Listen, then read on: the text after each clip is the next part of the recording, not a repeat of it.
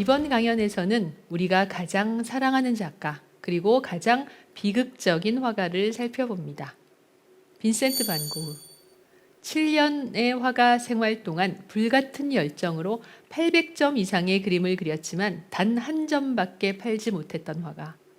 광기에 쌓여 스스로의 귀를 자르는 비극적 생애를 산 화가가 고흐입니다. 그의 작품의 어떤 부분이 그렇게 특별하며 또 위대한 걸까요?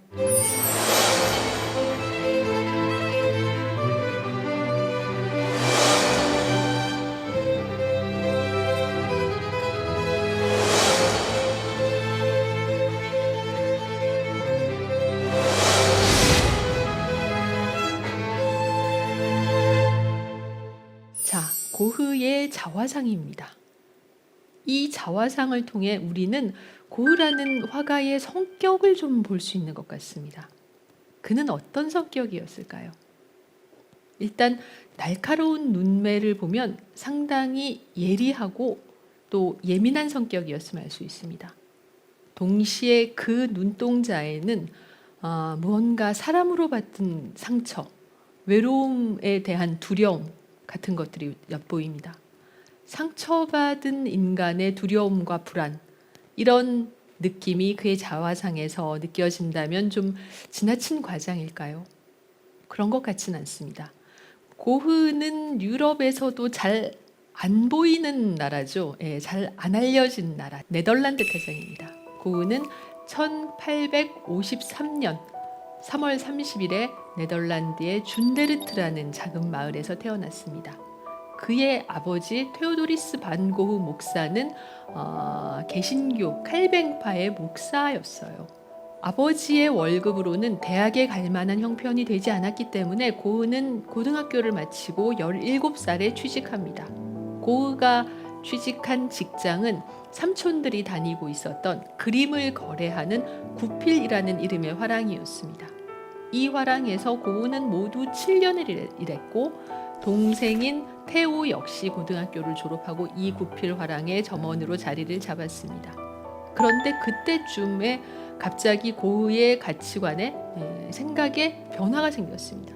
그는 그림을 사고 파는 일에 더 이상 의미를 느끼지 못하겠다라고 하면서 더 이상 화랑에 나가지 않았고 결국 해고당합니다. 직장을 그만둔 고흐는 아버지의 뒤를 이어서 목사가 되겠다고 선언했습니다. 이렇게 해서 고흐는 7년간의 직장 생활도 다 무의로 돌아갔고 2, 3년 동안 시간을 들이면서 목사가 되려고 하고 또 전도사가 되려고 했으나 이 모든 노력들이 다 헛수고가 되고 말았습니다. 30이 가까운 나이에 고흐는 화가가 되겠다고 선언합니다. 이 장남의 결정에 고흐 가족은 깊이 실망하고 절망하게 됩니다. 이미 나이가 30이 가까웠는데 미술학교도 다니지 않았는데 어떻게 화가가 될 것이냐라는 고흐 부모의 걱정과 염려는 어찌 보면 지극히 타당한 것이었죠. 이렇게 해서 고흐는 부모와 심각한 불화에 휩싸이게 되는데 이때 형의 뒤를 이어서 구필화랑에서 점원으로 일하고 있었던 4살 아래 동생 테오가 고흐에게 제안합니다. 형의 그림은 내가 보기에는 가능성이 있으니 앞으로 그리는 그림을 나한테 판다고 생각하고 보내면 내가 그 그림의 가격을 미리 쳐서 형에게 줄게 라고 이야기합니다. 쉽게 말해서 이 동생이 형에게 생활비를 댈 테니 걱정하지 말고 그림을 그리라 라고 이야기를 한 셈이죠. 이렇게 해서 고흐는 이때부터 10년 가까운 세월 동안 자신의 그림을 동생에게 보내면서 이 그림에 어떤 내용을 담았는지도 편지로 설명하게 됩니다. 이것 때문에 우리는 고흐와 테오 사이에 오간 수많은 편지, 특히 고흐가 테오에게 보낸 편지를 볼 수 있게 된 셈이죠. 그러나 이 결정은 테오에게는 상당히 무거운 경제적 부담이었음이 분명합니다. 고흐와 부모 사이의 관계는 점점 나빠집니다. 아버지인 고흐 목사는 돈을 벌지 못하는 아들을 드러내놓고 냉대했습니다. 이 당시에 부모님과의 불화에 대해서 고흐는 테오에게 편지를 써서 부모님은 마치 나를 집에 들어온 털이 더럽고 발이 물에 젖은 거칠고 사나운 개처럼 취급한다라고 불평하기도 했습니다. 점점 사이가 나빠지던 아버지와 고흐는 1885년 초에 큰 언쟁을 벌입니다. 그리고 그 언쟁이 있은 지 얼마 되지 않아서 아버지 고흐 목사는 목사관으로 들어오다가 정원에서 쓰러져서 심근경색으로 사망합니다. 고흐는 아버지의 죽음에 책임이 있다는 죄책감에서 평생 벗어나지 못했습니다. 아버지가 사망한 지 얼마 후에 고흐가 그린 이 성경책이 있는 정물이라는 그림에서 당시에 고흐가 느꼈던 부담과 압박과 슬픔을 우리는 간접적으로나마 볼 수 있습니다.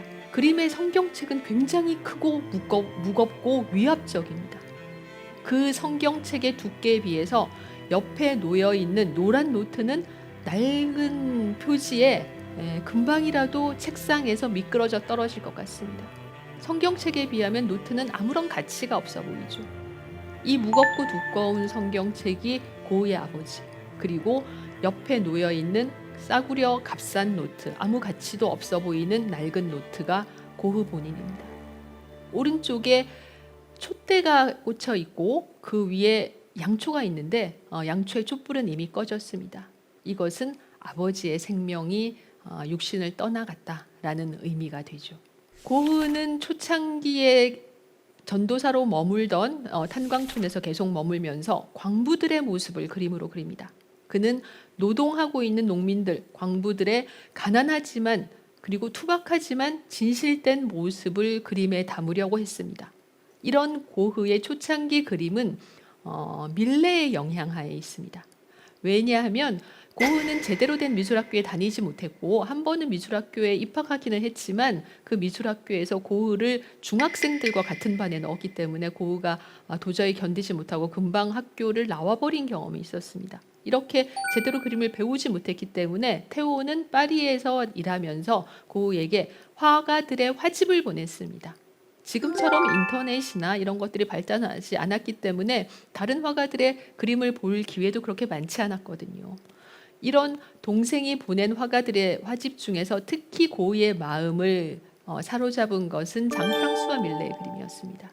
밀레 본인이 노르망디의 농가에서 태어나서 농산일을 하면서 컸던 화가이기 때문에 밀레의 그림에는 화가 자신에게 익숙했던 어린 시절부터 보았던 농민들의 모습이 많이 담겨 있고 지금 보시는 만종처럼 신실하게 가난하지만 불평하지 않고 매일매일을 살아가는 농민들의 모습이 담겨 있는 그림이 많이 있었습니다.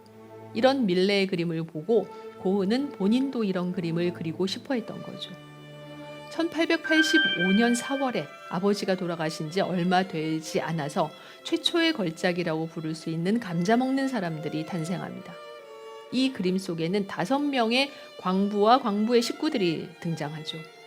여기서 이 5명은 어두운 램프의 불빛에 의지해서 저녁을 먹고 있습니다. 저녁의 메뉴는 찐 감자와 커피뿐이에요. 이 그림을 보고 테오는 그림이 잘 되기는 했지만 너무 투박하고 어둡다라고 이야기했습니다. 테오는 그림을 팔기 위해서는 그림이 조금 더 밝고 가벼운 편이 좋겠다라고 생각을 했어요. 그러나 고흐는 이것이 내가 본 진실이다. 이것이 광부들의 삶이고 나는 그들의 삶을 가감없이 거짓되지 않게 그리고 싶다라는 고집을 꺾지 않았습니다. 그리고 이 당시 고흐의 그림이 이렇게 어두웠던 것은 다른 화가의 영향도 있어요. 지금 1886년에 그려진 파이프를 문 자화상이라는 고흐의 그림을 보고 계신데 그림을 채우고 있는 전반적인 색조는 어두운 갈색입니다. 이 어두운 갈색은 네덜란드가 낳은 또 한 명의 위대한 화가 렘브란트의 자화상을 떠올리게 하죠. 아마도 고흐는 네덜란드의 수도 암스테르담에서 렘브란트의 그림을 보았을 겁니다. 이런 그림들을 계속 고흐는 테오에게 보냈고 테오는 거기에 대해서 이런저런 의견을 주다가 1886년 초에 형에게 제안합니다. 자신이 머물고 있는 파리로 와서 그림을 한번 그려보면 어떨까라는 제안이었습니다. 왜냐하면 이 당시 파리에서는 인상파 화가들이 제법 어느 정도 인지도를 쌓아가면서 그리고 대중의 인정을 받아가면서 활동하고 있었습니다. 1874년에 1차 인상파 전시가 열렸고 1886년에 마지막 8차 인상파 전시가 열렸기 때문에 1886년이면 파리의 대중들은 어느 정도 인상파의 그림과 그 특징을 알고 있었어요. 인상파는 시시각각 변화하는 햇빛과 대기를 화가 주관의 감각으로 포착해서 화면에 옮기는 것이 굉장히 중요한 강령입니다. 그래서 르누아르가 그린 이 뽕네프 다리와 이 파리의 전경을 보면 화면이 전반적으로 환한, 가볍고 환한 색으로 채워져 있습니다. 심지어 그림자마저도 검은색으로 칠하지 않았죠. 화가는 그림자를 푸른빛이 섞인 회색으로 칠했습니다.